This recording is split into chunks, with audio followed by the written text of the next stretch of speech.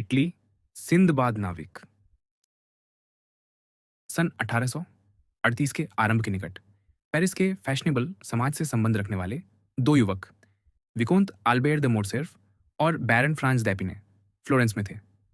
उन्होंने ये निश्चय किया था कि वे उस वर्ष का कार्निवाल रोम में साथ बिताएंगे, जहां फ्रांस, जो लगभग 4 वर्षों से इटली में रह रहा था, आल्बेर का मार्गदर्शक बनेगा।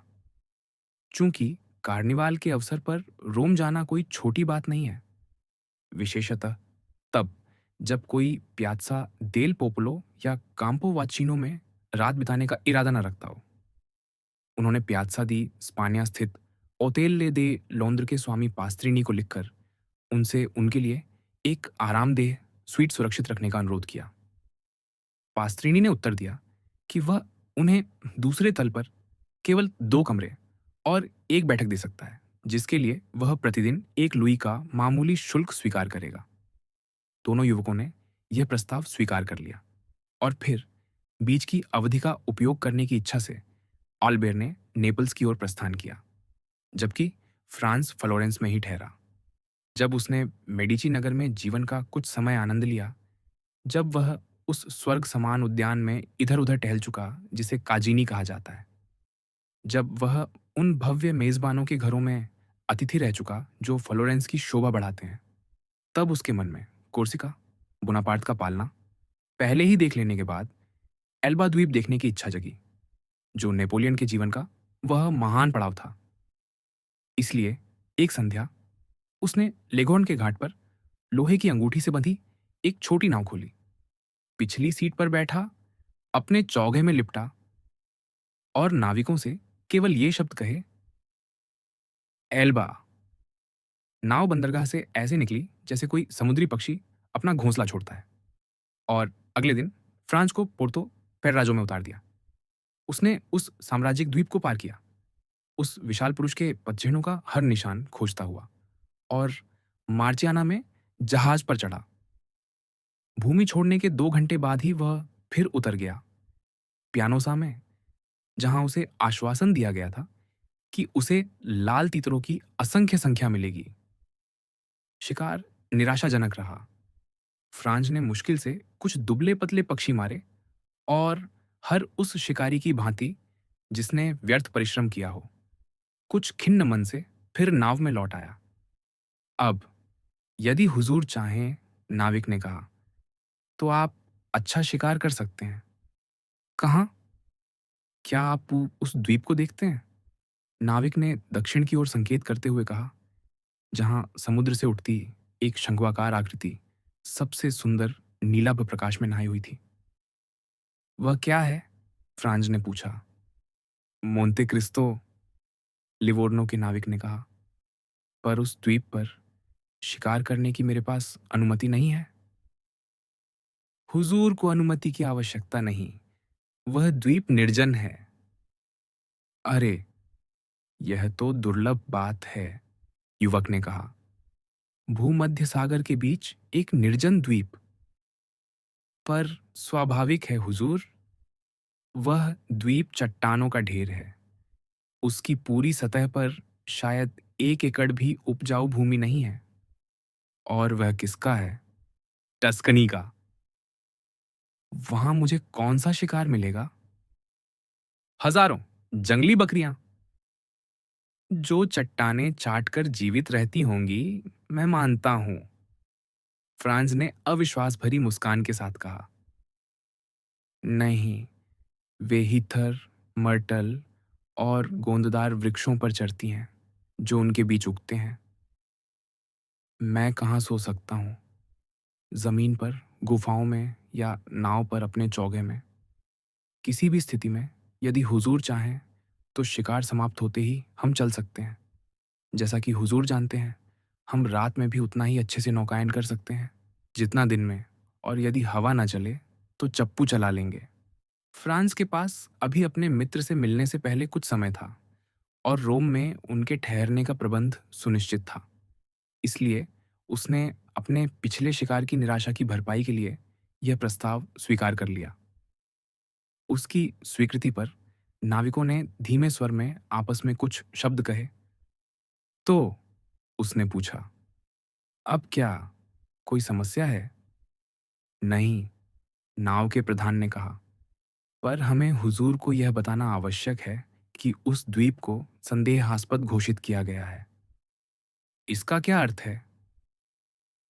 इसका अर्थ ये है कि चूंकि मोंते क्रिस्तो निर्जन है और कभी-कभी कोर्सिका, सार्डिनिया या अफ्रीका के तस्करों और समुद्री लुटेरों द्वारा ठहराव स्थल के रूप में उपयोग किया जाता है। यदि वहां रुकने का कोई प्रमाण मिला, तो लेघोर्न लौटने पर हमें 6 दिन का क्वारंटीन भोगना पड़ेगा। ये तो विपत्ति है, फ्रांज ने कहा। 6 दिन, उतना ही समय जितना ईश्वर ने संसार की रचना में लगाया था। यह कुछ ज्यादा ही लंबा है मेरे मित्रों। पर कौन कहेगा कि हुजूर मोंते क्रिस्तो गए थे? मैं तो नहीं कहूंगा, फ्रांज बोला। और ना हम, नाविकों ने कहा। तो फिर मोंते क्रिस्तो की ओर। नाव के प्रधान ने दिशा बदलने का आदेश दिया और नाव उस द्वीप की ओर बढ़ चली।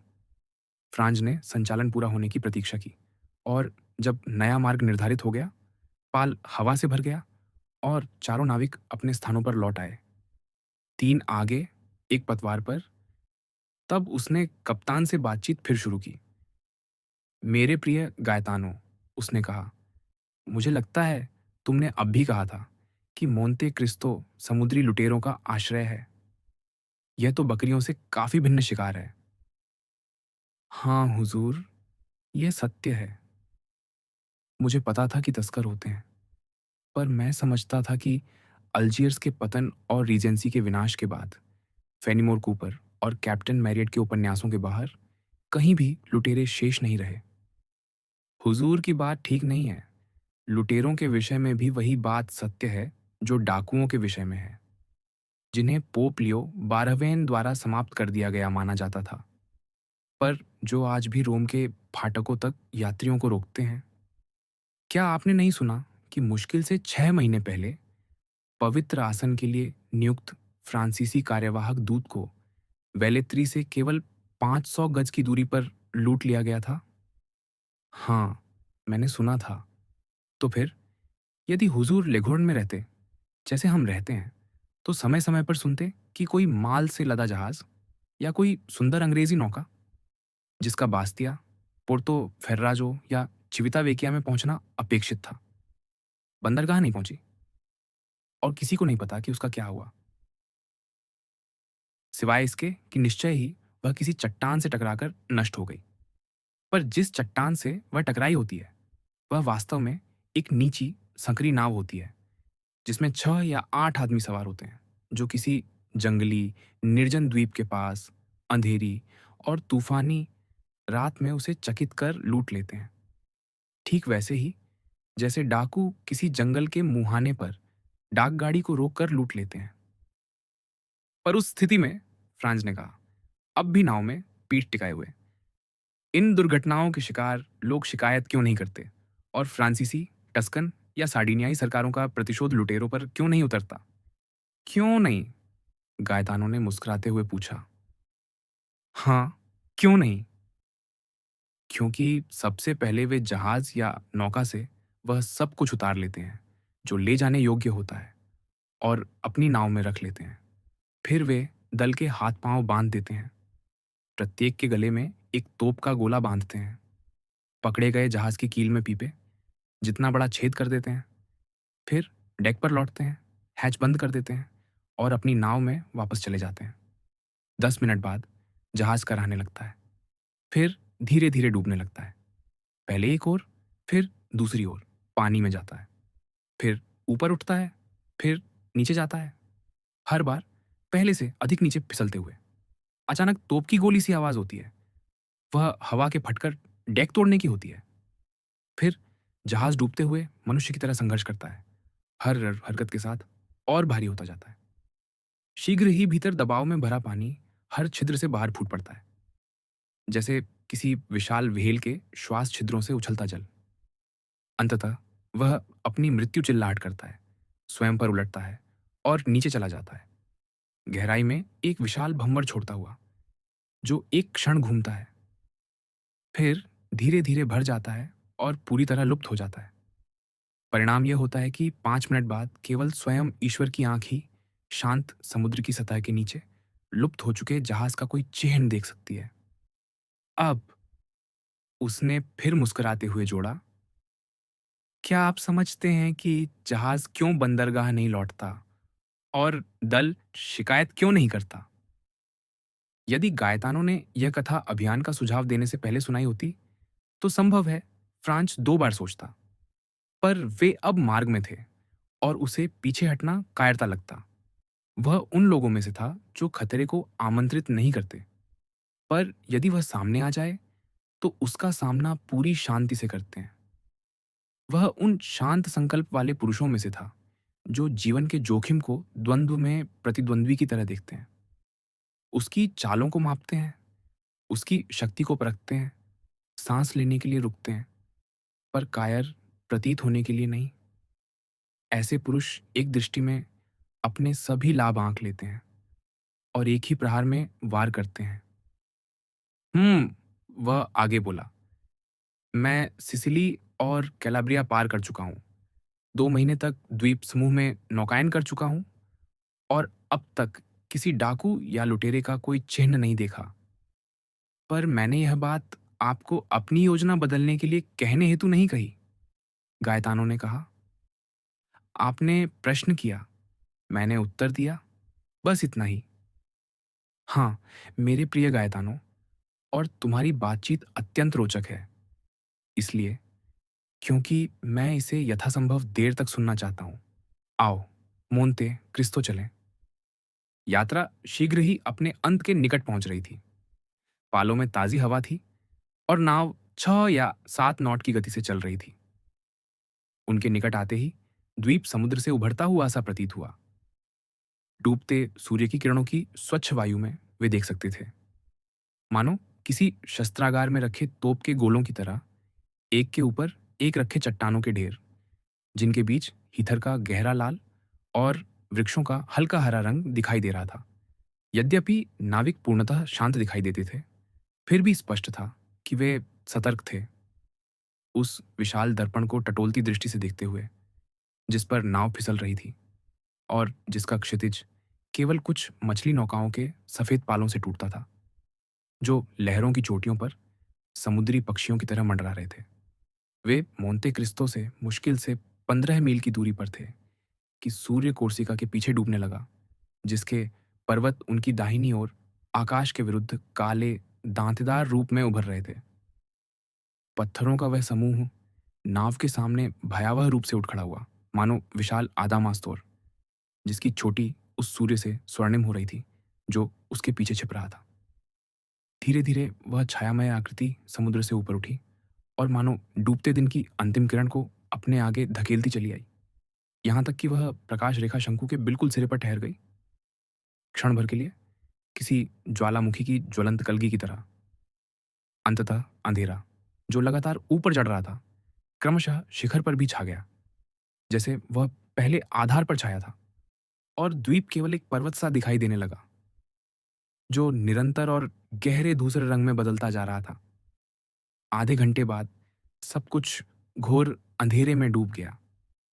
सौभाग्य से नाविक परिचित जल क्षेत्र में थे और टस्कन द्वीप समूह की हर चट्टान को जानते थे। अन्यथा इस घने अंधेरे के बीच, जिसने नाव को पूरी तरह घेर लिया था, फ्रांस का मन शायद पूर्णतः शांत न रहता। कोर्सिका पूरी तरह लुप्त हो चुकी थी और मोंते क्रिस्तो द्वीप भी अदृश्य हो गया था। पर नाविकों में मानो अंधेरे में देखने की लिंक्स सी क्षमता थी, और पतवार पर बैठा नाविक किसी भी क्षण किंचित भी हिचकिचाहट नहीं दिखा रहा था। सूर्यास्त के लगभग 1 घंटे बाद फ्रांस को बाईं ओर कोई गहरी आकृति दिखाई देने लगी, जो लगभग 1/4 मील दूर थी। यह पहचानना इतना कठिन था कि कहीं चलते बादलों को भूमि समझकर नाविकों की हंसी का पात्र न बन जाए। इस भय से उसने कुछ नहीं कहा, पर तभी तट पर एक तेज प्रकाश प्रकट हुआ।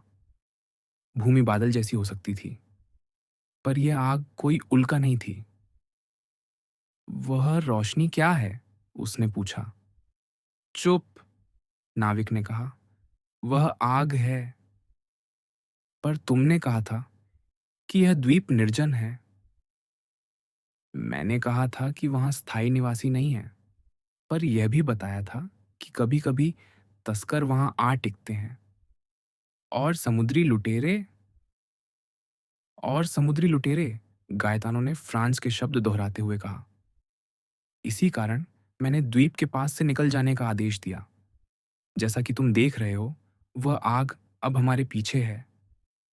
पर निश्चय ही, फ्रांज ने कहा, मुझे तो यह आग आश्वस्त करने वाली लगती है, भय उत्पन्न करने वाली नहीं। जो लोग देखे जाने से डरते हों, वे ऐसी आग नहीं जलाते। ओह, इसका कोई अर्थ नहीं, गायतानो ने कहा। यदि तुम अंधेरे में द्वीप की स्थिति समझ पाते, तो देखते कि आग ऐसी जगह जलाई गई है कि वह न तट से दिखाई दे, न प्यानोसा से, केवल खुले समुद्र से। तो तुम्हें संदेह है कि यह आग अवांछित संगति का संकेत है? यही हमें पता लगाना है, गायतानो ने अपनी दृष्टि उस स्थलीय तारे पर टिकाए रखते हुए कहा। और यह कैसे करेंगे? तुम देखोगे। इसके बाद गायतानो ने अपने साथियों से कुछ शब्द कहे और 5 मिनट की बातचीत के बाद उन्होंने एक ऐसा पैंतरा किया जिससे वे तुरंत अपना मार्ग उलट सके। इस प्रकार वे उसी दिशा में लौटने लगे जहां से आए थे, और कुछ ही क्षणों बाद वह आग भूमि की एक उभरी चट्टान के पीछे छिपकर ओझल हो गई। तब नाविक ने पतवार से फिर दिशा बदली और छोटी नाव स्पष्ट रूप से द्वीप के और निकट आ गई, यहां तक कि वह तट से लगभग 50 गज की दूरी पर रह गई। गायतानों ने पाल उतार दिया और नाव स्थिर हो गई। यह सब अत्यंत गहन मौन में हुआ था। वास्तव में दिशा बदलने के बाद नाव पर एक शब्द भी नहीं बोला गया। इस अभियान का सुझाव देने के बाद गायतानों ने इसकी पूरी जिम्मेदारी अपने ऊपर ले ली थी। चारों नाविक उसे निहारते रहे, चप्पुओं को तैयार करते हुए और स्पष्ट रूप से तट की ओर खेने को तत्पर, जो अंधेरे के कारण कठिन नहीं था। फ्रांस अपनी ओर से उस विशिष्ट शीत रक्तता के साथ अपने हथियारों की जांच कर रहा था जिसका पहले उल्लेख किया जा चुका है। उसके पास दो दोहरे नाल वाले बंदूकें और एक राइफल थी। उसने उन्हें भरा, फिर कॉक किया और प्रतीक्षा करने लगा। इसी बीच प्रधान नाविक ने अपनी कमीज और जैकेट उतार दी और अपनी पतलून कमर पर कस ली। नंगे पांव होने के कारण उसे जूते या मोजे उतारने की आवश्यकता नहीं थी। इस प्रकार सुसज्जित, या यूं कहें कि निर्वस्त्र होकर उसने होठों पर उंगली रखी, पूर्ण मौन का संकेत दिया और धीरे से समुद्र में उतरकर तट की ओर तैरने लगा, इतनी सावधानी से कि किसी प्रकार की आहट ना हो। उसका मार्ग केवल उस फॉस्फोरेसेंट रेखा से पहचाना जा सकता था जो वह पीछे छोड़ रहा था। शीघ्र ही वह भी लुप्त हो गई और स्पष्ट हो गया कि गायतानो भूमि पर पहुंच गया है। आधे घंटे तक नाव पर सभी निश्चल रहे। फिर वही प्रकाशमान लकीर तट के पास फिर दिखाई दी और उनकी ओर बढ़ने लगी। दो ही झटकों में गायतानो नाव के पास आ गया। तो फ्रांस और चारों नाविकों ने एक साथ पूछा। तो गायतानो ने कहा, वे स्पेनी तस्कर हैं और उनके साथ केवल 2 कोर्सिकाई डाकू हैं। 2 कोर्सिकाई डाकू स्पेनी तस्करों के साथ क्या कर रहे हैं? ईश्वर की कृपा, गायतानो ने अत्यंत निष्कपट ईसाई करुणा के स्वर में कहा। हम यहाँ एक दूसरे की सहायता करने के लिए हैं। डाकुओं पर अक्सर जमीनी अधिकारियों, जेंडार्मों या काराबिनियरों का दबाव होता है, तो वे हमारे जैसे भले लोगों की नाव खोज लेते हैं। वे हमारी तैरती हुई गृहस्थी की शरण मांगते हैं। पीछा करने वाले आदमियों से बचने को कौन किसी अभागे की सहायता से इनकार करेगा? हम उसे ले लेते हैं और अधिक सुरक्षा के लिए समुद्र में निकल जाते हैं। इससे हमें कुछ भी नहीं लगता और एक मनुष्य का जीवन, या कम से कम उसकी स्वतंत्रता, बच जाती है, जो संयोगवश हमारे उपकार का प्रतिदान हमें ऐसा सुरक्षित स्थान दिखाकर देता है जहां हम अपना अपना माल उतार सकें, जिज्ञासु आंखों से दूर। ओह, अब समझा, फ्रांज ने कहा। तो मेरे प्रिय गायतानो, तुम भी कुछ कुछ तस्कर हो। आप क्या अपेक्षा करते हैं? उसने एक अवर्णनीय मुस्कान के साथ उत्तर दिया। आदमी सब कुछ थोड़ा-थोड़ा करता है, जीना भी तो है। तो तुम्हें मोंते क्रिस्टो के वर्तमान निवासियों के बारे में स्थिति का ज्ञान है? कुछ-कुछ। हम नाविक फ्रीमेसनों की तरह हैं।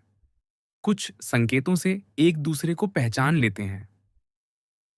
और तुम्हें लगता है कि यदि हम भी यहाँ उतरे, तो हमें किसी बात का भय नहीं होगा? बिल्कुल नहीं।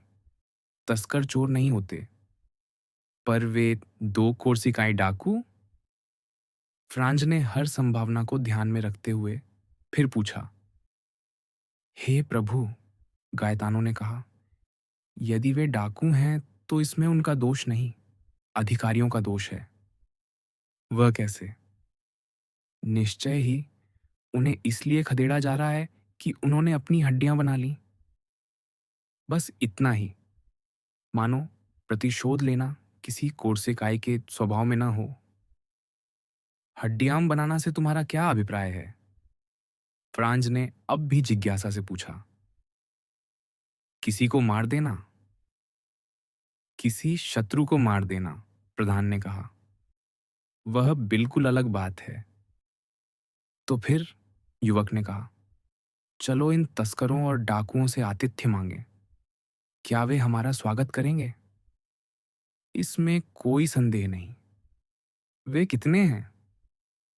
4, और 2 डाकुओं को मिलाकर कुल 6। ठीक हमारी संख्या के बराबर।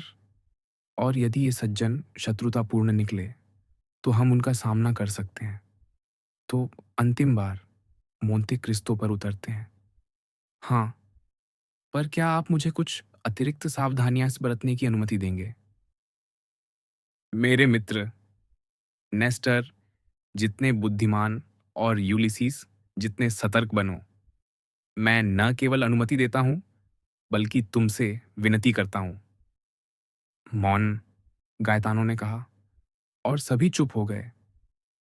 फ्रांस जैसे व्यक्ति के लिए जो हर बात को उसके वास्तविक रूप में देखता था, यह स्थिति भले ही प्रत्यक्ष रूप से खतरनाक न थी, फिर भी गंभीर विचार के लिए पर्याप्त थी। वह यहाँ था, घोर अंधेरे में समुद्र के बीच, ऐसे नाविकों के साथ जो उसे नहीं जानते थे और जिनके पास उसके प्रति निष्ठावान रहने का कोई कारण नहीं था, जो इसके अतिरिक्त यह जानते थे कि उसकी कमर में कुछ हजार फ्रांक बंधे हैं और जिन्होंने उसकी बंदूकों को कम से कम जिज्ञासा से, यदि ईर्ष्या से नहीं, कई बार परखा था। वे उत्तम हथियार थे। इसके अलावा केवल इन्हीं लोगों के साथ वह एक ऐसे द्वीप पर उतरने वाला था जिसका नाम भले ही अत्यंत धार्मिक था, पर जो तस्करों और डाकुओं की उपस्थिति को देखते हुए फ्रांस को मसीह के लिए कैलवरी से अधिक आतिथ्य प्रदान करता प्रतीत नहीं होता था।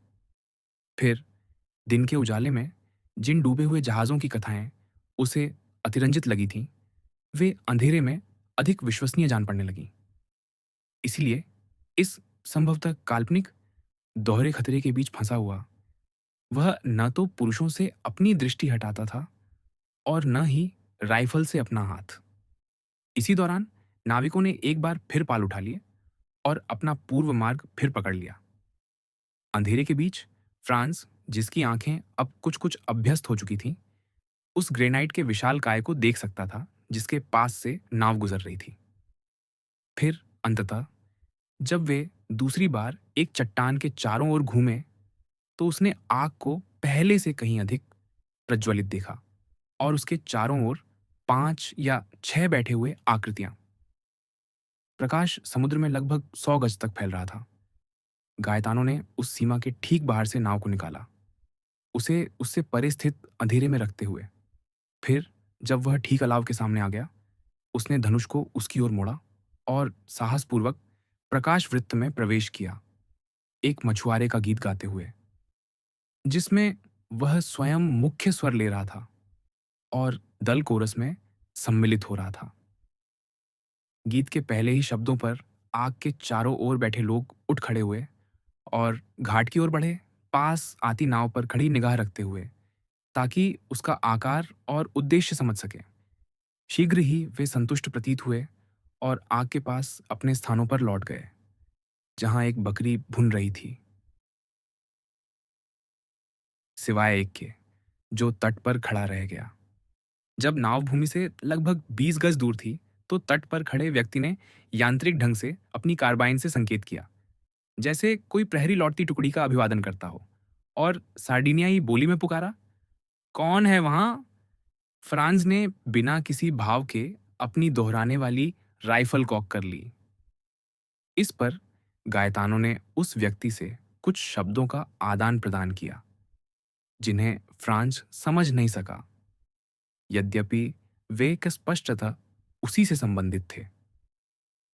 क्या महामहिम अपना नाम बताना चाहेंगे? प्रधान ने पूछा, या वे गुप्त रहना पसंद करेंगे?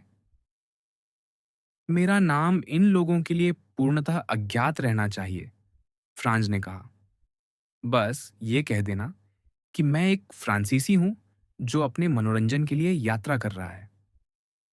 जब गायतानो ने यह बात उसे बता दी, तो प्रहरी ने आग के पास बैठे लोगों में से एक को आदेश दिया। वह तुरंत उठा और चट्टानों के बीच ओझल हो गया। एक मौन छा गया। हर कोई अपने अपने काम में व्यस्त प्रतीत होता था। फ्रांस उतरने की तैयारी में नाविक पालो के साथ, तस्कर अपनी बकरी के साथ। पर इस प्रत्यक्ष उदासीनता के बीच वे एक दूसरे पर निगाह रखे हुए थे।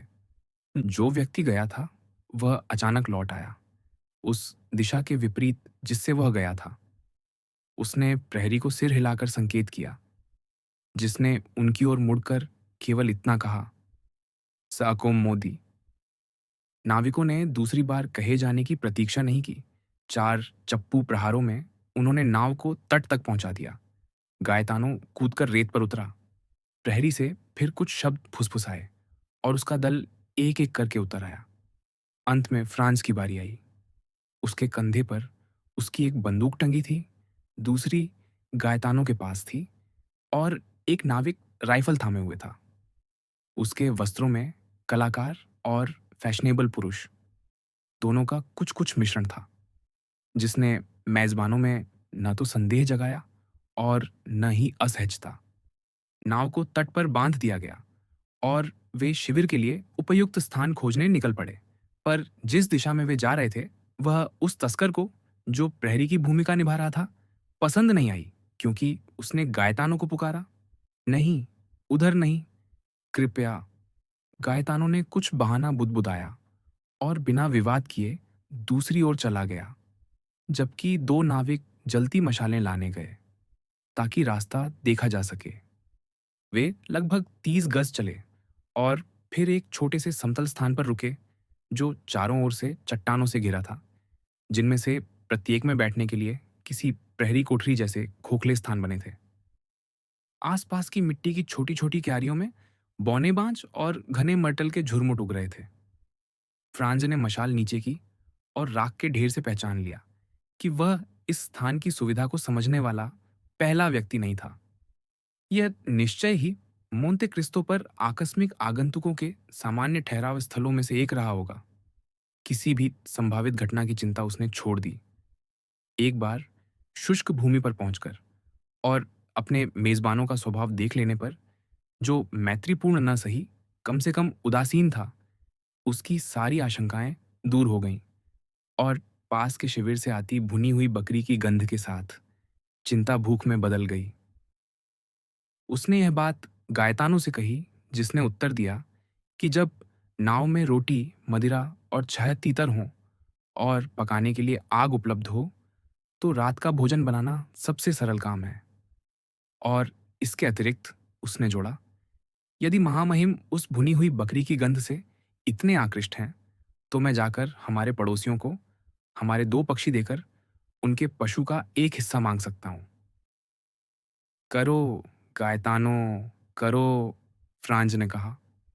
तुम जन्मजात सौदेबाज हो। इसी बीच नाविकों ने हीथर की मुट्ठियां उखाड़ी और मर्टल तथा हरे बांज की शाखाओं से ईंधन बनाया। फिर उसमें आग लगा दी, जिससे एक अच्छा खासा अलाव जल उठा। फ्रांस अधीरता से प्रतीक्षा कर रहा था, भुनती हुई बकरी की गंध सूंघते हुए। तभी प्रधान नाविक चिंतित चेहरे के साथ लौट आया। अब क्या? फ्रांस ने पूछा। क्या उन्होंने हमारा प्रस्ताव ठुकरा दिया? इसके विपरीत, गायतानो ने उत्तर दिया।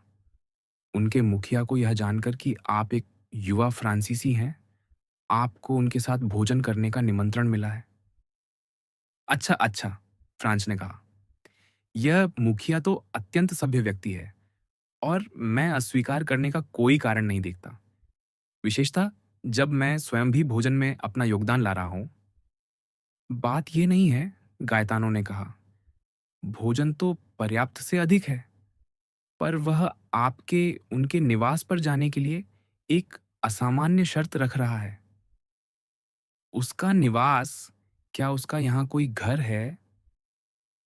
नहीं, पर मुझे आश्वासन दिया गया है कि फिर भी उसका निवास अत्यंत सुविधाजनक है। क्या तुम इस मुखिया को जानते हो? उसके विषय में सुना है। अच्छी बातें या बुरी? दोनों।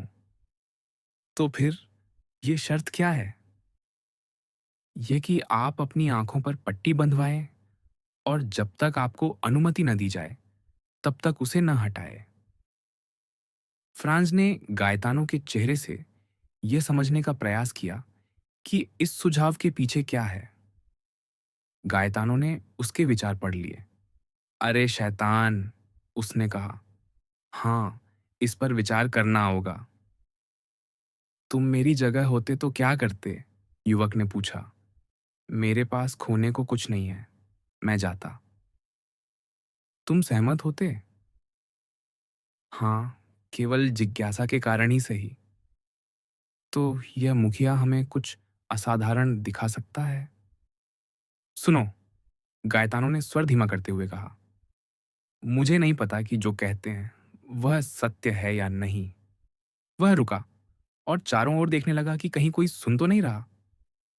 वे क्या कहते हैं? वे कहते हैं कि वह मुखिया भूमिगत निवास में रहता है, जिसके सामने पित्ती महल भी तुच्छ प्रतीत होता है। क्या स्वप्न है? फ्रांज ने फिर बैठते हुए कहा। ओह, ये स्वप्न नहीं, वास्तविकता है। सैना फेर्दिनांड का पायलट कामा एक दिन वहां गया था और पूरी तरह चकाचौंध होकर लौटा, ये कहते हुए कि ऐसे खजाने केवल परिकठाओं में ही होते हैं। तुम जानते हो, फ्रांज ने कहा। तुम जो मुझे बता रहे हो, वह ऐसा लगता है मानो तुम मुझे अली बाबा की गुफाओं में फुसलाने का प्रयास कर रहे हो। मैं केवल वही कह रहा हूं जो मुझे बताया गया था। तो तुम मुझे स्वीकार करने की सलाह देते हो? यह मैं नहीं कह रहा। महामहिम जैसा चाहें वैसा करेंगे। ऐसी परिस्थितियों में मैं सलाह देना उचित नहीं समझता। फ्रांस ने कुछ क्षण सोचा। यह समझा कि इतना धनी व्यक्ति उससे ईर्ष्या नहीं कर सकता, क्योंकि उसके पास केवल कुछ हजार फ्रॉक ही थे और चूंकि उसे इसमें एक उत्तम भोजन के अतिरिक्त कुछ भी दिखाई नहीं दे रहा था, उसने स्वीकार कर लिया। गायतानो उत्तर लेकर लौट गया। फिर भी जैसा कि कहा गया है, फ्रांस सावधान था। इसलिए वह अपने विचित्र और रहस्यमय मेजबान के विषय में जितना संभव हो उतना जानना चाहता था। परिणाम स्वरूप वह उस नाविक के पास गया जो उपर्युक्त वार्तालाप के दौरान गर्वित व्यक्ति की गंभीरता के साथ तीतर साफ कर रहा था, और उससे पूछा कि दूसरे लोग किस प्रकार के जहाज से उतरे थे, क्योंकि उसे कोई स्पेरोनारा, टार्टन या अन्य नौका दिखाई नहीं दी थी। मुझे उसकी चिंता नहीं, नाविक ने कहा। मैं उनका जहाज जानता हूं। क्या वह अच्छा है? मैं महामहिम को वैसा ही जहाज कामना करता हूं, यदि वे संसार की परिक्रमा करें।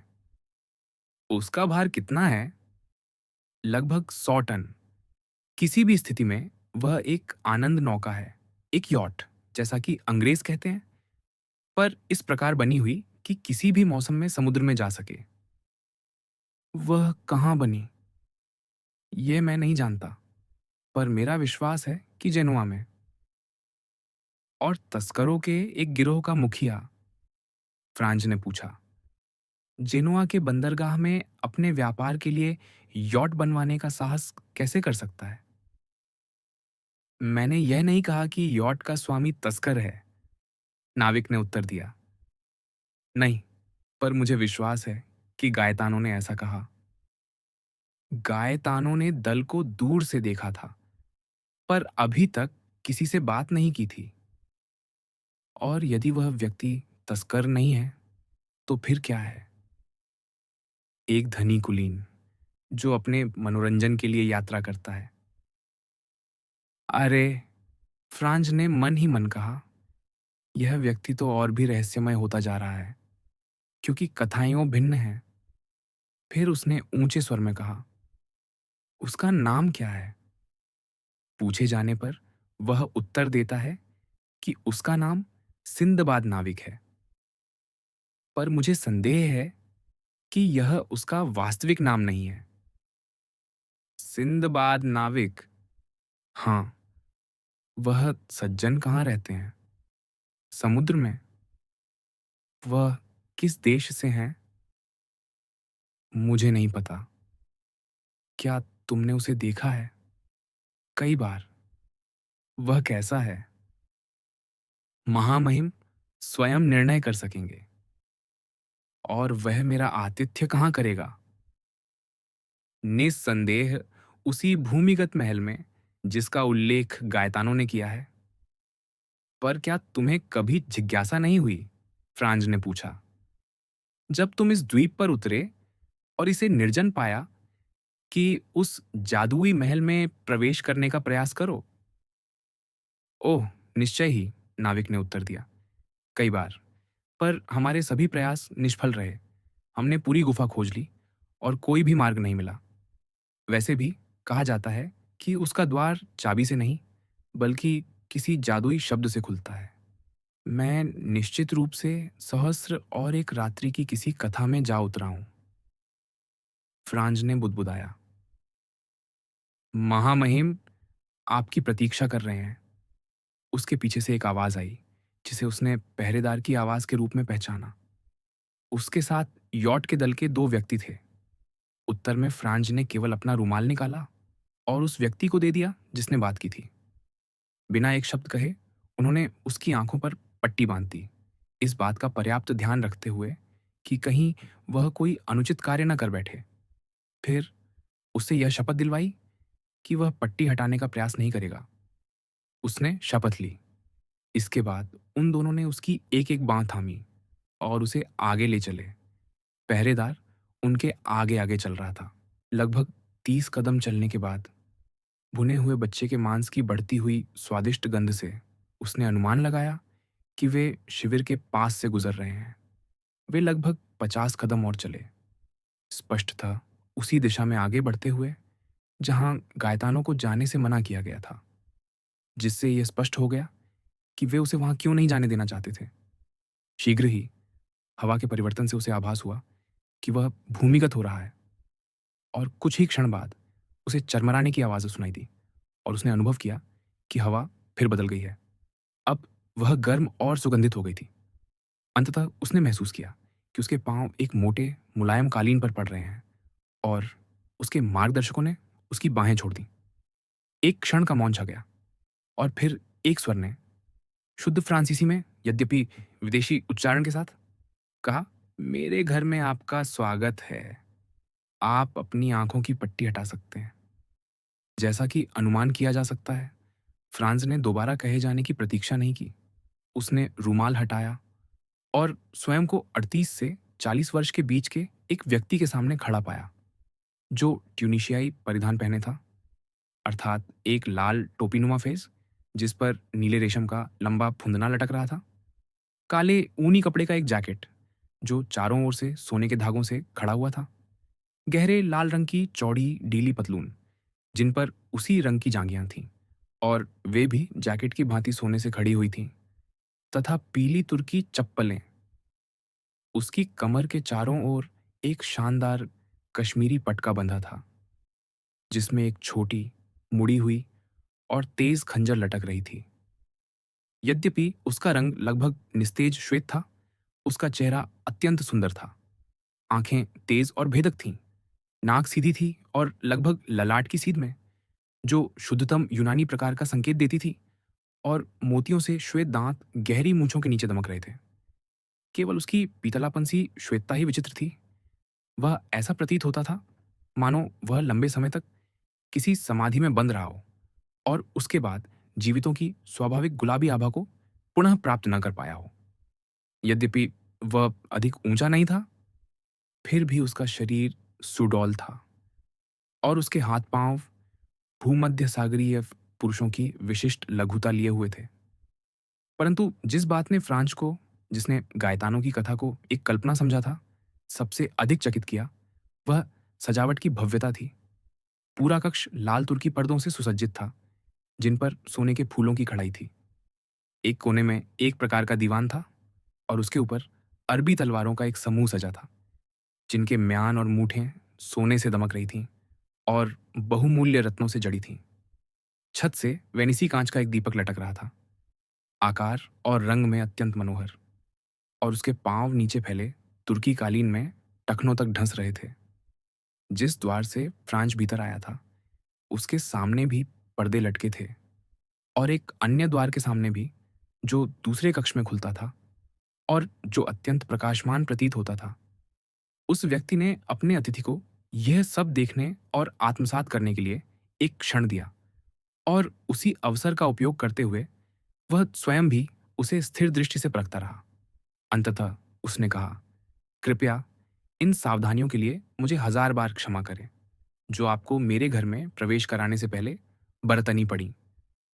चूंकि यह द्वीप अधिकांश समय निर्जन रहता है, यदि मेरे निवास का रहस्य प्रकट हो जाए, तो निस्संदेह मैं लौटकर अपनी संपत्ति को अत्यंत दयनीय अवस्था में पाऊंगा। इससे मुझे इस कारण दुख नहीं होगा कि उससे कोई हानि होगी, बल्कि इसलिए कि तब मुझे यह आश्वासन नहीं रहेगा कि जब चाहूं मैं स्वयं को संसार से अलग कर सकता हूं।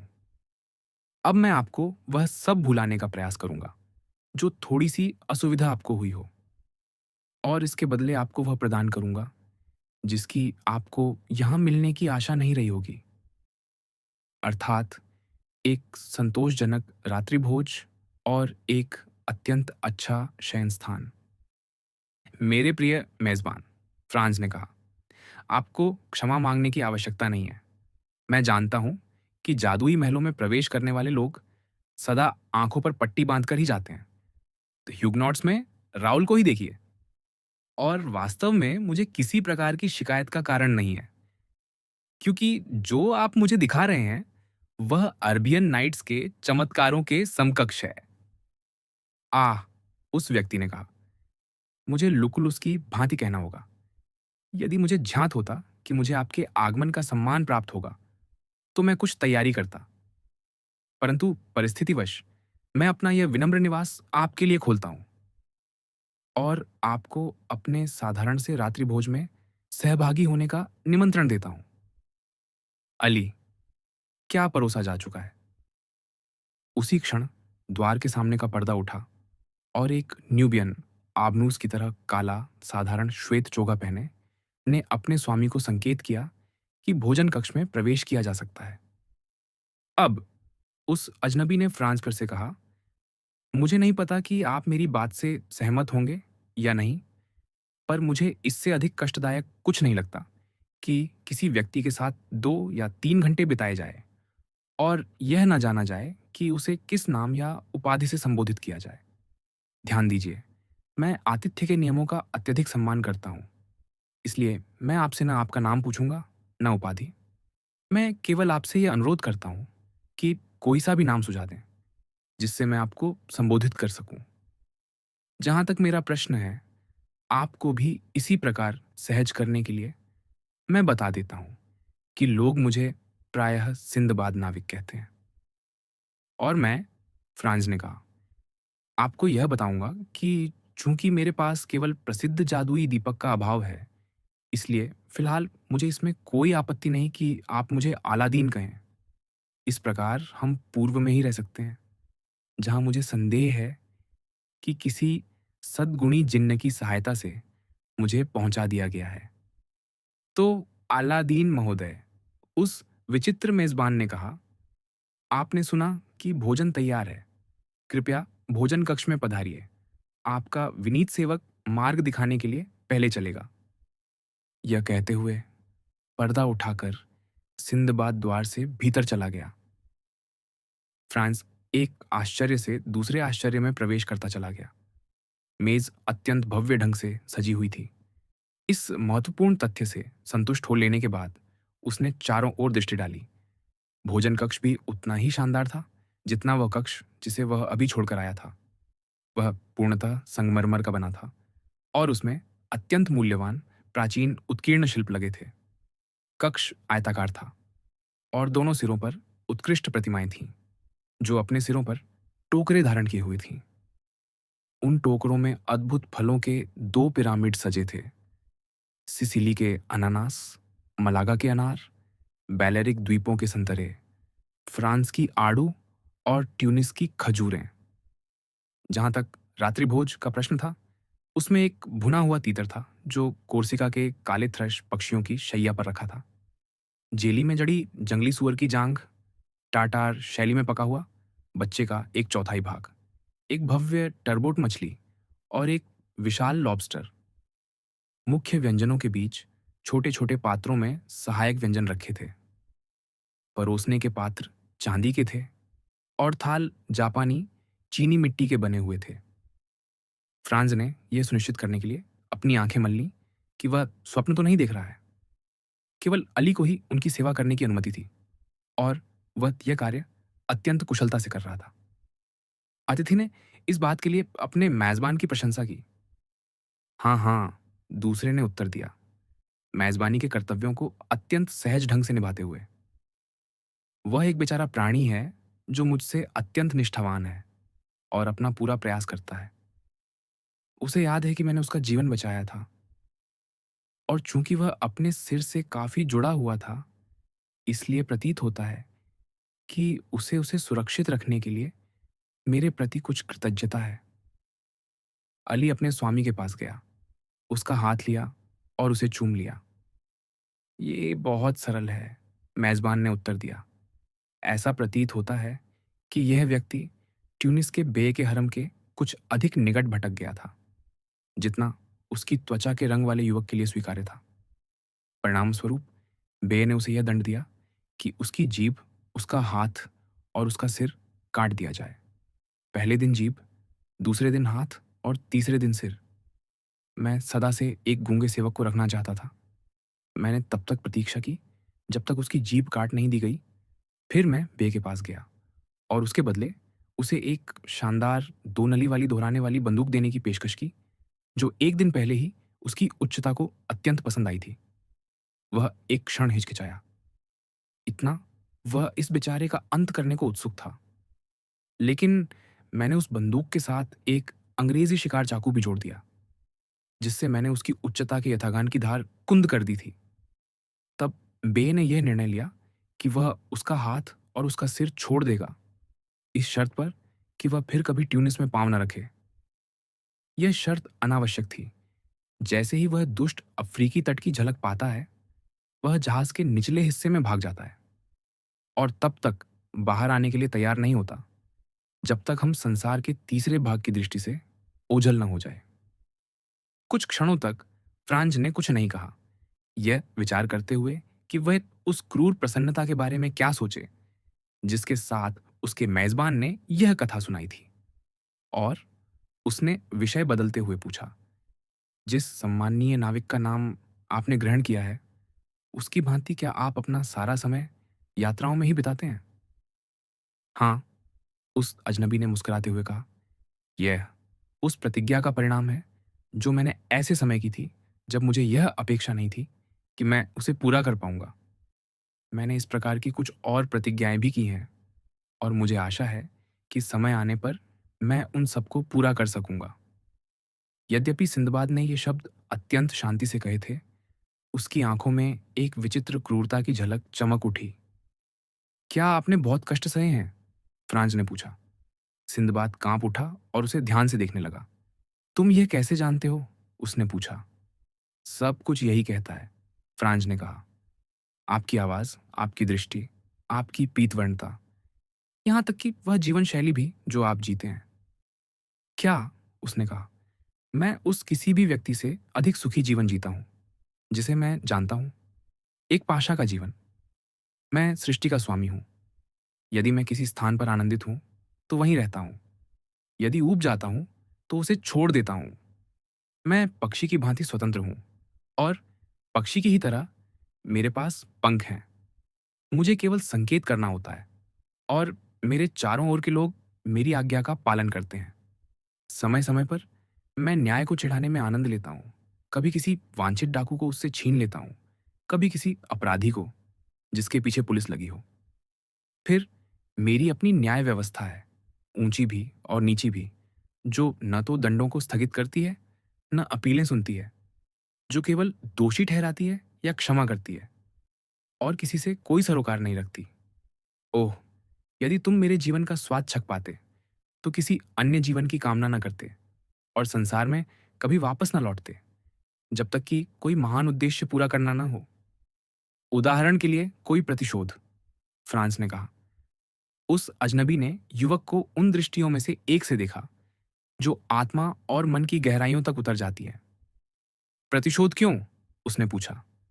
क्योंकि, फ्रांज ने कहा, आप मुझे ऐसे व्यक्ति प्रतीत होते हैं जिसे समाज ने सताया है और जिसका उसके साथ एक भयानक हिसाब बाकी है।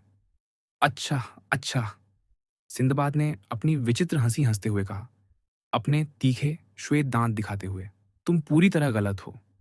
तुम्हें विश्वास ना हो, पर मैं एक प्रकार का परोपकारी हूं और संभव है कि एक दिन मैं पेरिस जाऊं, अभ्यर्थ और नीले छोटे कोट वाले व्यक्ति को टक्कर देने के लिए। क्या वह आपकी पहली यात्रा होगी? निश्चय ही। मैं बहुत जिज्ञासु नहीं प्रतीत होता, क्या मैं? पर मैं तुम्हें आश्वस्त करता हूं कि यदि मैं पहले नहीं गया, तो वह मेरी भूल नहीं है और यह किसी न किसी दिन अवश्य होगा। क्या आप शीघ्र जाने की आशा रखते हैं? मैं अब भी नहीं जानता। यह कुछ ऐसी परिस्थितियों पर निर्भर करता है, जो अभी अनिश्चित हैं। मैं वहां होना चाहूंगा जब आप आए, ताकि जहां तक मेरे वश में हो, मैं उस आतिथ्य का प्रत्युत्तर दे सकूं, जो आपने मोंते क्रिस्तो पर इतनी उदारता से मुझे दिया है। मुझे आपका प्रस्ताव स्वीकार करने में अत्यंत प्रसन्नता होगी, मेजबान ने उत्तर दिया। पर यदि मैं गया भी, तो दुर्भाग्यवश संभव है कि मुझे गुप्त रूप से जाना पड़े।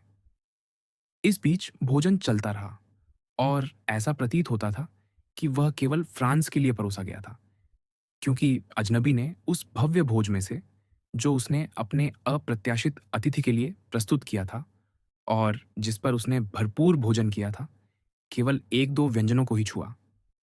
अंत में अली मिठाई लेकर आया, या यूं कहें कि उसने मूर्तियों के हाथों से टोकरे उतारे और उन्हें मेज पर रख दिया। दोनों टोकरों के बीच उसने सुनहरी परत चढ़े एक छोटे पात्र को रखा, जिसका ढक्कन भी उसी धातु का था। जिस आदर के साथ सेवक उस पात्र को लाया था, उससे फ्रांस की जिज्ञासा जाग उठी। उसने ढक्कन उठाया और एक प्रकार का हरे रंग का लेप देखा, जिसे वह पहचान नहीं सका, यद्यपि वह उसे किसी मीठे पदार्थ जैसा प्रतीत हुआ। उसने ढक्कन फिर से रख दिया, पात्र की सामग्री के विषय में उतना ही अनभिज्ञ रहते हुए जितना पहले था, और अपने मेजबान की ओर मुड़ा, जिसने उसकी निराशा पर मुस्कान बिखेरी। तुम अनुमान नहीं लगा सकते, उसने कहा, कि उस छोटे पात्र में किस प्रकार का पदार्थ है, और मुझे लगता है कि यह तुम्हें उलझन में डाल रहा है। मैं स्वीकार करता हूँ, फ्रांस ने कहा। तो मैं तुम्हें बताता हूँ, वह हरे रंग की मिठाई और कुछ नहीं, बल्कि वही अमृत है जिसे हेबे बृहस्पति की मेज पर परोसती थी। वह अमृत, फ्रांज ने कहा, जो निस्संदेह मनुष्य के हाथों में आकर अपना दिव्य नाम खो बैठा और कोई मानवीय नाम धारण कर लिया। सामान्य भाषा में इस पदार्थ का नाम क्या है, जिसके प्रति यह स्वीकार करना होगा मुझे कोई विशेष आकर्षण नहीं है? आह, सिंदबाद ने कहा, यही वह बिंदु है जहां हम अपने निम्न भौतिक मूल को प्रकट कर देते हैं। हम अक्सर सुख के पास से गुजर जाते हैं, न उसे देखते हैं, न उसकी ओर देखते हैं, या यदि देख भी लें और उसकी ओर देख भी लें, तो उसे पहचान नहीं पाते।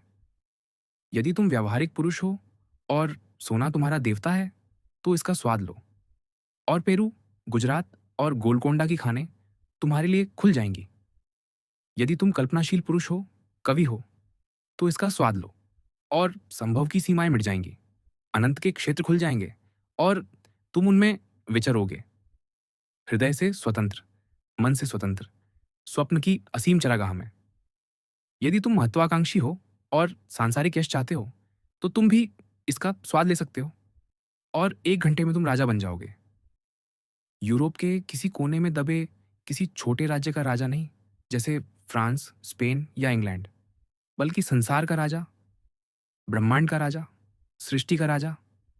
तुम्हारा सिंहासन उस पर्वत पर स्थापित होगा जहां शैतान ने यीशु को ले जाकर दिखाया था।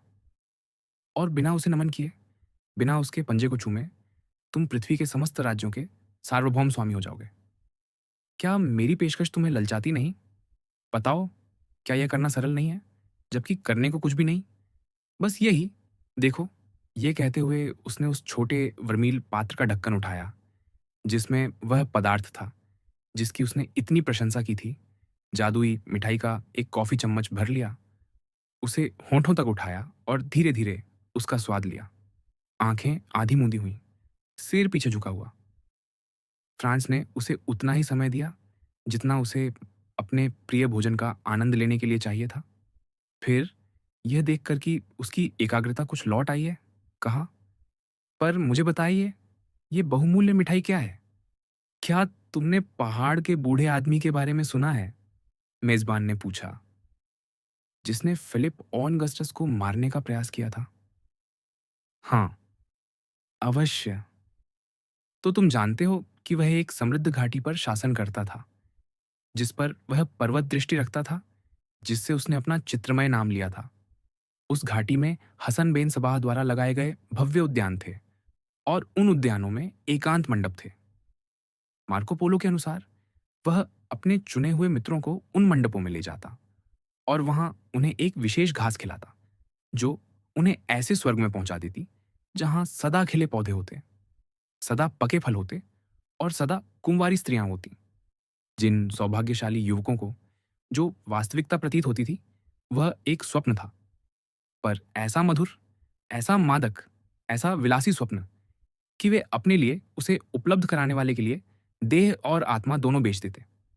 उसकी आज्ञाओं का ईश्वर की आज्ञाओं की भांति पालन करते और पृथ्वी के सबसे दूरस्थ छोर तक जिस किसी शिकार की ओर वह निर्देश करता, उस पर प्रहार करते, यातना में बिना कोई कराह किए मर जाते, केवल इसलिए कि वे मानते थे कि जो मृत्यु वे सहेंगे वह मात्र उस आनंदमय जीवन में संक्रमण है जिसकी एक झलक वह पवित्र घास जो तुम अपने सामने देख रहे हो उन्हें दे चुकी थी।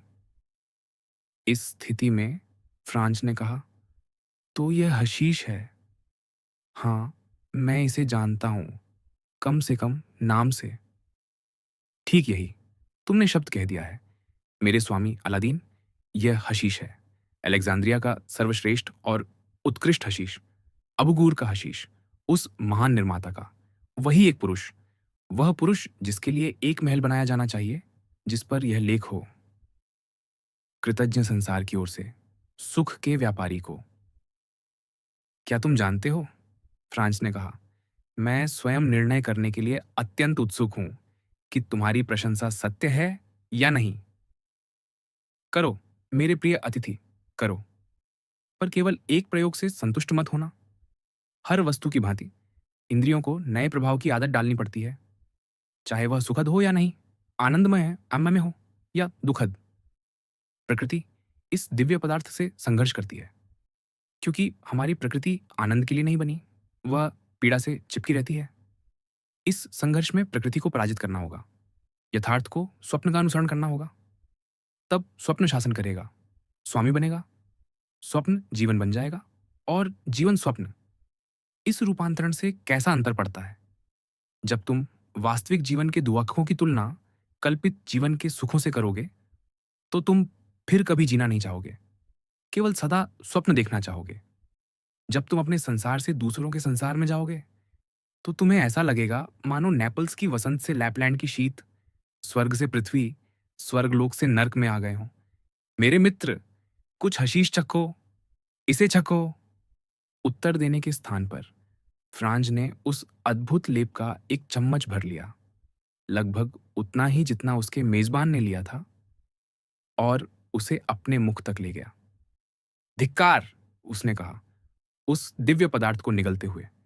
मैं अभी निश्चित नहीं हूं कि परिणाम उतना सुखद होगा जितना तुम कहते हो, पर स्वयं वस्तु मुझे उतनी स्वादिष्ट नहीं लगती जितनी तुम दावा करते हो।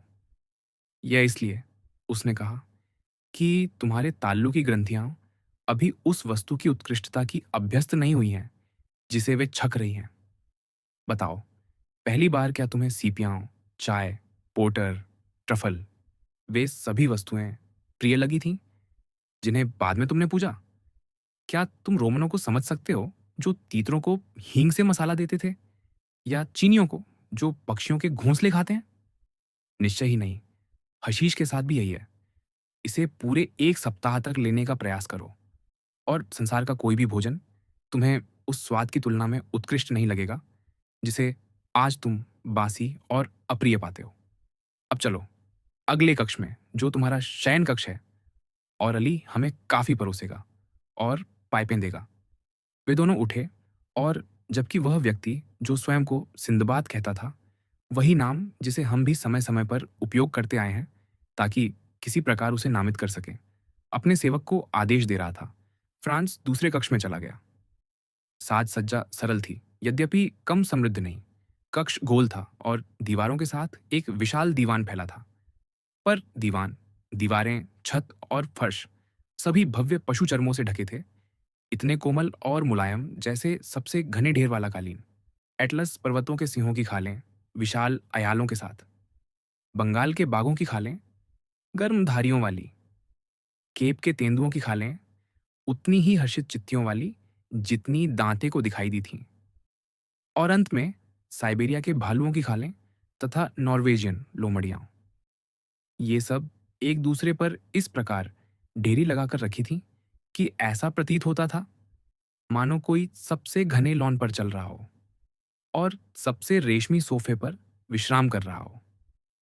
दोनों व्यक्ति दीवान पर लेट गए। चमेली की डंडियों वाले और एम्बर की नलियों वाले चिबुक सहज ही हाथ की पहुंच में रखे थे, सभी इस प्रकार तैयार कि उन्हें कभी एक ही चिबुक दोबारा न पीनी पड़े। दोनों ने एक एक उठा ली। अली ने उन्हें जलाया और काफी लाने बाहर चला गया। कुछ क्षण का मौन रहा, जिसमें सिंदबाद उन विचारों में डूबा हुआ था जो बातचीत के बीच भी उसे निरंतर घेरे रहते थे, और फ्रांस उस मौन चिंतन में स्वयं को छोड़ देता गया, जिसमें उत्तम तंबाकू पीते समय मनुष्य प्रायः गिर पड़ता है, मानो उसका धुआं मन के सारे कष्टों को अपने साथ उड़ा ले जाता हो, और बदले में धूम्रपान करने वाले को आत्मा के सभी स्वप्न सौंप देता हो। अली काफी लेकर आया। आप इसे कैसे पसंद करेंगे? अजनबी ने कहा। फ्रांसीसी ढंग से या तुर्की ढंग से, तेज या हल्की, चीनी के साथ या बिना, छनकर या उबालकर, आप चुनिए। हमारे यहाँ यह हर प्रकार से तैयार होती है। मुझे तुर्की काफी चाहिए, फ्रांज ने उत्तर दिया। कितना सही चुनाव, उसके मेजबान ने पुकारा। यह सिद्ध करता है कि आपके भीतर पूर्वी जीवन के लिए स्वाभाविक प्रवृत्ति है। आ, पूर्ववासी, समझिए, जीना केवल वही जानते हैं। जहां तक मेरा प्रश्न है, उसने उन विचित्र मुस्कानों में से एक के साथ, जो युवक की सतर्क दृष्टि से छूटी नहीं, जोड़ा। जब मैं पेरिस में अपना काम समाप्त कर लूंगा, तब मैं पूर्व में जाकर मरूंगा, और तब यदि आप मुझे ढूंढना चाहें तो आपको काहिरा, बगदाद या इस्फहान में खोजना पड़ेगा। मुझे तो लगता है, फ्रांस ने कहा, कि यह सबसे सरल होगा, क्योंकि मुझे प्रतीत होता है कि मेरे पंख उग रहे हैं और उनके सहारे मैं एक ही दिन में संसार की परिक्रमा कर लूंगा। हाँ, यह हशीश का प्रभाव है। तो फिर अपने पंख खोलो और मनुष्यों की पहुंच से परे क्षेत्रों में उड़ जाओ। किसी बात से मत डरो। तुम्हारी निगरानी की जा रही है, और यदि इक्कारस की भांति तुम्हारे पंख सूर्य में पिघल जाए तो हम तुम्हें थामने के लिए यही हैं। उसने अली से अरबी में कुछ शब्द कहे। अली ने अपनी आज्ञाकारिता प्रकट की और बहुत दूर न जाते हुए हट गया। फ्रांस के भीतर एक विचित्र रूपांतरण घटित हो रहा था। दिन की सारी शारीरिक थकान, संध्या की घटनाओं से मन में उठी सारी चिंताएं उसी प्रकार विलीन हो रही थीं, जैसे विश्राम के उस पहले क्षण में होती हैं, जब मनुष्य अभी इतना सजग रहता है कि नींद के आगमन को महसूस कर सके। उसका शरीर किसी अमूर्त प्राणी किसी हल्कापन धारण करता जान पड़ता था। उसका मन अवर्णनीय रूप से स्पष्ट हो गया था और उसकी इंद्रियां मानो अपनी सामर्थ्य दुगुनी कर चुकी थीं। क्षितिज निरंतर दूर खिसकता जा रहा था। अब वह अंधेरा क्षितिज नहीं रहा था जिसे उसने सोते समय देखा था और जिस पर अस्पष्ट आतंक मंडराता था, बल्कि एक नीला, पारदर्शी और विशाल क्षितिज था, जिसमें समुद्र की सारी नीलिमा, सूर्य की सारी चमक और हवाओं की सारी सुगंध समाई हुई थी। फिर अपने नाविकों के गीतों के बीच ऐसे गीत, इतने निर्मल और इतने स्पष्ट कि यदि उन्हें लिपिबद्ध किया जा सकता, तो वे सबसे दिव्य सामंजस्य रचते थे। उसने मोंते क्रिस्तो द्वीप को प्रकट होते देखा। अब वह लहरों से उभरती हुई कोई भयावह चट्टान नहीं था, बल्कि मरुस्थल में खोया हुआ एक नखलिस्तान था। और जैसे जैसे नाव निकट आती गई, गीतों का स्वर ऊंचा होता गया, क्योंकि द्वीप से एक मोहक और रहस्यमय सामंजस्य आकाश की ओर उठ रहा था, मानो कोई परी लोरेलाई की भांति या कोई जादूगर एम्फियन की भांति किसी आत्मा को अपनी ओर आकर्षित करना चाहता हो, या वहां कोई नगर बसाना चाहता हो। अंततः नाव तट तक पहुंची, बिना किसी झटके के, सहजता से, जैसे होंठ होंठों को स्पर्श करते हैं। और वह उसी मोहक संगीत के बीच गुफा में प्रविष्ट हुआ। वह कुछ सीढ़ियां पर नीचे उतरा, या ऐसा प्रतीत हुआ, और एक ऐसी ताजी सुगंधित हवा में सांस ली जैसी सरकी की कुटिया के चारों ओर होनी चाहिए, ऐसे इत्रों से बनी जो आत्मा को स्वप्न देखने को प्रेरित करे, और ऐसी ऊष्मा से भरी जो इंद्रियों को उद्दीप्त कर दे। उसने वह सब देखा जो सोने से पहले देखा था, अपने विलक्षण मेजबान सिंदबाद से लेकर गूंगे सेवक अली तक। फिर सब कुछ उसकी आंखों के सामने धुंधला पड़ता गया, जैसे जादुई लालटेन की अंतिम किरणें बुझती जाती हों। और वह स्वयं को मूर्तियों वाले कक्ष में पाया, जो केवल उन मध्यम प्राचीन दीपों में से एक से आलोकित था, जिन्हें रात में नींद या विलास की रक्षा के लिए जलाए रखा जाता है। मूर्तियां वही थीं, आकार में समृद्ध, कामुकता और काव्य से परिपूर्ण। उनकी चुमकी आंखें, वासनापूर्ण मुस्कानें और प्रचुरता से बहते केश। यहाँ वे तीन महान गणिकाएं थीं, फ्राइनी, क्लियोपेट्रा और मैसालिना। और फिर इन निर्लज्ज छायाओं के मध्य एक शुद्ध किरण की भांति ओलिम्पस के देवताओं के बीच किसी ईसाई देवदूत की तरह उन पवित्र मुखमंडलों में से एक, उन शांत छायाओं में से एक, उन मधुर दृष्टियों में से एक प्रकट हुई, जो इन सब संगमरमरी अशुद्धताओं के बीच अपने कौमार्यपूर्ण ललाट को आवृत करती प्रतीत होती थी। तब उसे ऐसा लगा कि तीनों मूर्तियों ने अपना समस्त प्रेम एक ही पुरुष को अर्पित करने के लिए एकत्र कर लिया है, और वह पुरुष वही स्वयं है, कि वह उस शैया की ओर बढ़ रही हैं जहां वह दूसरी नींद में स्वप्न देख रहा था। उनके पांव लंबे श्वेत वस्त्रों से ढके हुए, वक्ष अनावृत, उनके केश जल की धारा की भांति कंधों पर बहते हुए, उन मुद्राओं में जो देवताओं को मोह सकती हैं, पर संतों को नहीं, और उन दहकती दृष्टियों के साथ, जैसी सर्प किसी पक्षी पर डालता है। और वह स्वयं को इन पीड़ादायक भावों के हवाले कर रहा था, मानो किसी आलिंगन में जो चुंबन जितना ही विलासी था। फ्रांज ने अनुभव किया कि उसकी आंखें बंद हो रही हैं, और अंतिम दृष्टि में उसने देखा कि वह लज्जाशील मूर्ति स्वयं को अपने आवरण से पूर्णतः ढक लेती है। फिर उसकी आंखें यथार्थ पर बंद हो गईं, और उसकी इंद्रियां अकल्पनीय अनुभूतियों के लिए खुल गईं। इसके बाद उसे निरंतर कामुकता और अखंड प्रेम लीला का अनुभव हुआ, वैसी ही जैसी पैगंबर ने निर्वाचितों से वादा की है। अब वे सभी संगमरमरी होंठ सजीव हो गए, और वे वक्ष उष्ण हो उठे। इतना कि फ्रांस के लिए, जो पहली बार हशीश के आधिपत्य में आया था, यह वासना लगभग पीड़ा बन गई, और यह विलास लगभग यातना। जब उसने उन मूर्तियों के होंठों को सर्प की कुंडलियों की भांति लचीले और शीतल, अपने सूखे हुए मुख को स्पर्श करते अनुभव किया। पर जितना अधिक उसकी बाहें इस अनजान आलिंगन को रोकने का प्रयास करती, उतना ही अधिक उसकी इंद्रियां इस रहस्यमय स्वप्न के वशीभूत होती जाती। यहां तक कि एक संघर्ष के बाद, जिसमें वह अपनी आत्मा तक दे देता, उसने स्वयं को पूर्णतः समर्पित कर दिया और अंततः हाँफता हुआ, थकान से झुलसा हुआ, वासना से चूर होकर उन संगमरमरी प्रेयसियों के चुंबनों और इस अकल्पनीय स्वप्न के जादू के नीचे ढह पड़ा।